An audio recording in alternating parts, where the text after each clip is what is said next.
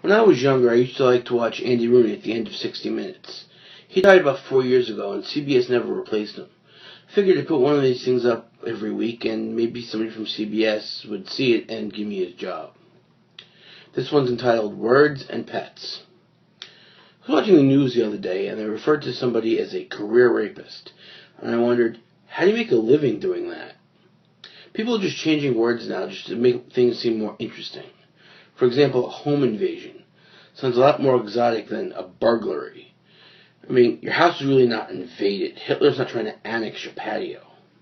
Now, they do this with kids, too. For my daughter's daycare, they don't call it show and tell. They call it show and share. But the kids aren't really sharing what they're bringing in. They're just talking about it. The only thing the kids share in a daycare is the flu virus. And now they call, when middle-aged couples have a kid, they call it a miracle change of life baby, as opposed to what it used to be called, an accident. In 1962, my grandfather was 45 and my grandmother was 42. They had a child, my uncle. He wasn't a miracle change of life. He was an accident. Another thing on that topic is the miracle of childbirth. Miracle is an unexplained phenomenon that occurs rarely. I was born. My wife was born. Everybody who was watching this was born.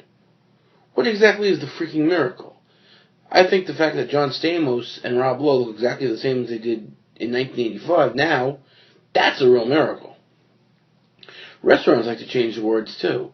Went to Burger King last week, and when I ordered, they said, "Are you going to take out, or are you going to eat in the dining room?" Dining room? No, I was actually thinking about eating it in the foyer, or perhaps the veranda. I called the restaurant to make a reservation. They said they don't do reservations, they do call-aheads. I said, "What's a call-ahead?" They said, "You call, and when you get there, there'll be a table waiting for you." Now, how is that not a reservation? And another thing that bothers me is when people think of their pets as their kids. They're not your kids, and I'll give you 3 reasons why. When your kid dies, you can't stuff him and put him on the end of the couch. You can't tell his brothers and sisters that he's just in a farm in Massachusetts running along and having a great time. And you can't go into a hospital with a picture of the dead kid and say, "Give me one that looks just like this."